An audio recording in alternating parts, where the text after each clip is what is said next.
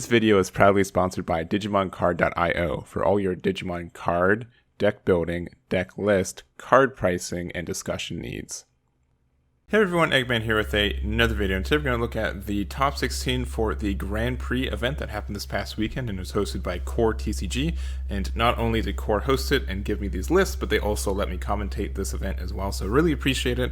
Make sure to check them out on their website. They should be having some more events for Digimon in the next couple of weeks as well.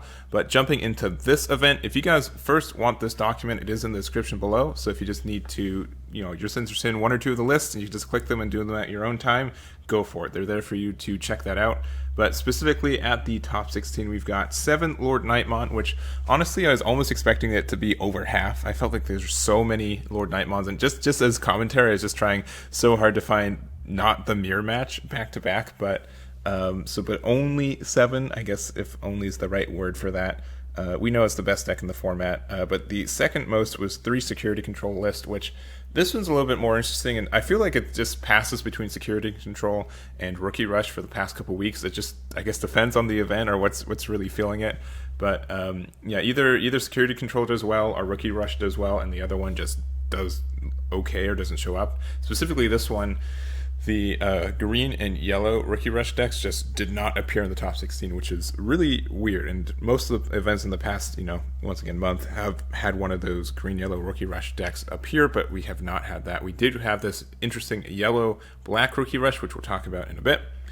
We got a couple of green decks, 1 OTK, 1 Control, an Imperial deck, and it's also not piloted by Dan Vang, so watch out, there's new Imperial players out there.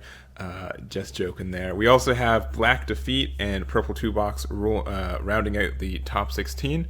So that is our breakdown there. Once again, I wish, if Lord Nightmon was just like a little bit less powerful, I think this would be a fantastic meta. There's so many different things, and honestly, there's just a lot of tier 2 decks like Red Omni Shout that I think can get there, Purple Lilithmon Loop, which also could get there, but I feel like, I don't know, it's honestly still like a lot of interesting top 16s, but I think we're all ready for Lord Nightmon to not be as much of a thing. Talk about Lord Nightmon, this is the only one we're going to look through, even though there's 7. This is Merrick's top 16 list. I will say, I mean this in the nicest way, nothing too crazy in this. I think just strong plays. I think the spiciest tech is the single Kari, which is interesting, especially since there was no either 1 purple option cards to use or 2 Mastamons to capitalize on this. But I think this is still a great effect, especially since you do take your own life with War Greymon, so you can get like some extra memory with it. So it's a neat little tech there, and I like it.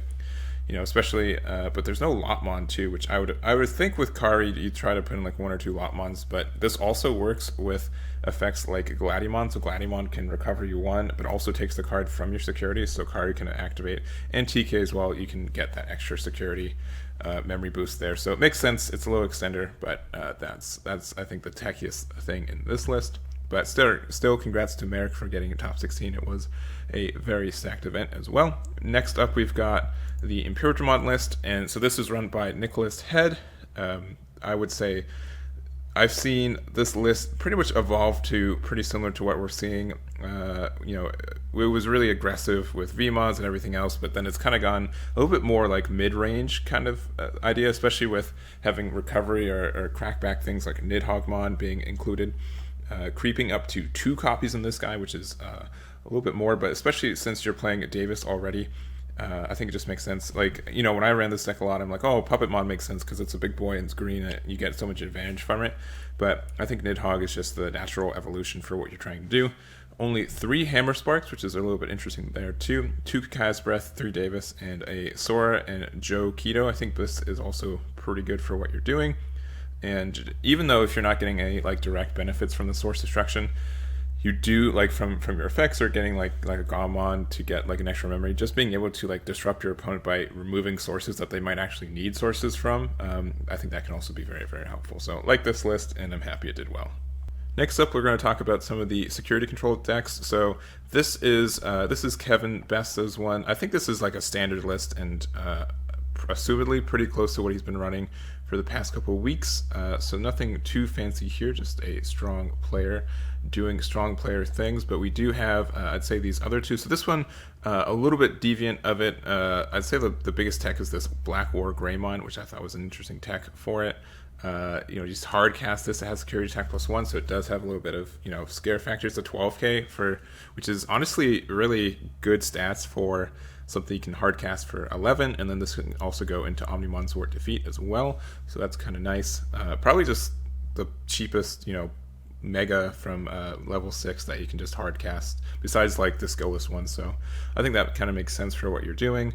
And then we also have this list as well, which I thought was really, really cool. Just being able to have like more, this is, I don't know, I'm not sure if security control is technically the right one. This might be like more of a mega zoo, but it has 10 rookies, which is a little bit unheard of for either security control or mega zoo. You can do a full chain if you get lucky with the Unimons, but honestly, you really just want to hard cast these Chromons, which are 8Ks, which are kind of hard to get rid of. And you can digivolve into Mega Magnadramon, Mastamon, Gigimon, or even War Greymon, so I think that's really, really cool what you can do. And Chaosmon's there too, and you have the Black Engine, and then you can play Sword Defeat, which is a great card as well. So it's just a really interesting deck. I don't think it's security control, maybe Mega Zoo.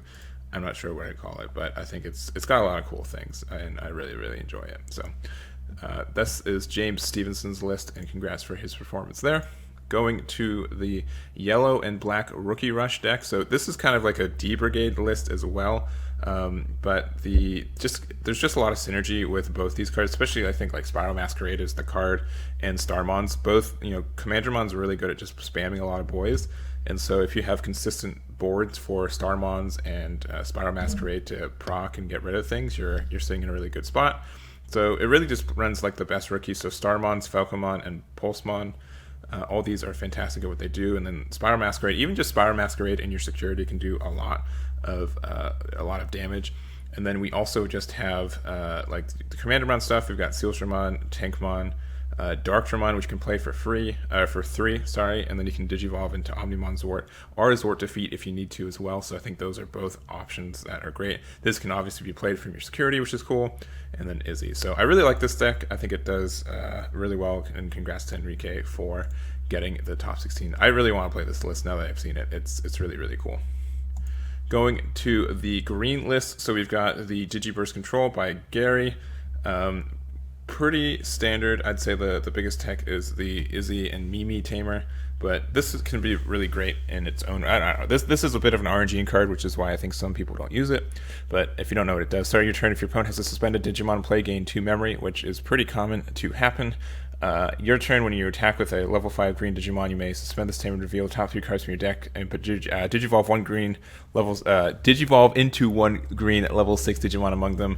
Without paying its memory costs, and place the remaining cards at the bottom of your deck in any order. So obviously you can do that. Refuselimon can be great at that too. It has to be like a level 5, which really stinks, but I think these are great level 5s to do that with. And especially like if you go into like a Nidhoggmon for free when you're not expecting it, that can be insane at what you're doing and everything else. So I think this is an interesting card. I wonder how well it worked for them, but everything else I think is really standard. Obviously Digiburst is great, and with the new support with I really do like this Raffles way more than I thought I was. I thought this was a bad card. I literally have one right next to me on the desk right now, and I think it's really, really good. Just it doesn't look like it does a lot, but just the boost is good, and the stun is great too, and even just being able to proc Digiburst effects can be fantastic. And then also digivolving on top of your own dudes to get more sources for your things can be great. So that is this list, and then we also have the OTK list. So this is kind of what we've seen back in set 4 a little bit more. Isn't a hard OTK because you aren't running 4 of this guy, but this can still do the job really, really well. Using the Palmon promo to get the additional attacks in, and then everything else I'd say is really moderately standard for what you're doing. Using Needle Spray instead of more Tamers, Togemon to get a little bit more consistency with your higher ups. And that's really the only big changes I'd say. Everything else is moderately standard, but congrats to Jonathan for your finish there. We also have this list by Kienta. This is kind of the list that we saw from the event Lychee's deck from the TAC regional that happened at the beginning of September. I'd say like the big differences is just honestly, like the top end is just pretty much the same. The idea is that Metagurumon can be great at what it does, being able to pop dudes or just apply pressure for free, go into your big dudes, and then Zwart into even X antibody very cheap can help you win the game. Just doing Zwart in general off your security and going from there, I think, is a great play. And that's really the whole idea for the deck, which is really nice. And so there's probably a couple of differences with the ratios. Probably Numemon, I don't think that was run. Mechanoramon is definitely a tech that helps against Rookie Rush variants as well. And I think the rest is pretty self-explanatory. So congrats to this list here. I do like seeing Black getting a deck in the top 16 every once in a while. It's just really, really cool to see. And then lastly, we've got Xavier's Purple Toolbox. I don't know what the best way to call this, but there's no Lilithmon, and there's a Zwart and a Millenniumon, so I think Toolbox is the right word. If he's got a better name, he'll let me know. But yeah, it's just Purple has a lot of cool tools to help you out. Chactimon can be great, especially against Rookie Rushes, to just gain memory, pop 3 dudes, and gain the boost. Plutomon can be great as well. You draw 2 and then you can activate a purple memory card, a purple card with 6 or less. So he's got Hexgate, he's got Earthshaker to delete 1 unsuspended level 4 and 1 unsuspended level 5, which is a really crazy card if you get it to work. Even just being able to pop 1 dude of level 4 or 5 for free is fine. And then Deathclaw, which is great for either getting that pop or popping your own dudes to get your benefits from there. I guess maybe Chaos Gallantmon's the better name for this list too, because you got 3 of these. You got the Guillimon and everything else with it, but a very strong. And we also have the mat here, so on your turn when one of your Digimon's deleted, you can suspend this to gain extra memory, which can help you with all the stuff you're doing, especially because Deathclaw can pop your own thing. So you can Digivolve into Plutomon, use Deathclaw, pop Guillimon. You get a memory for this dying, you get a memory for the Mat Ashita, and then everything else. So that's really, really nice. And then Omnimon Zwart can be great at bringing back blockers and extending your plays, and Millenniumon is just really obnoxious. So that is the last deck that we are covering today, and that should be it for us. So thank you guys so much for watching. If you guys have any questions or anything, just let me know in the comments. Once again, shout outs to CORE TCG for letting me commentate this event, for running this event, and for supplying these deck lists. Check them out. I really do appreciate it.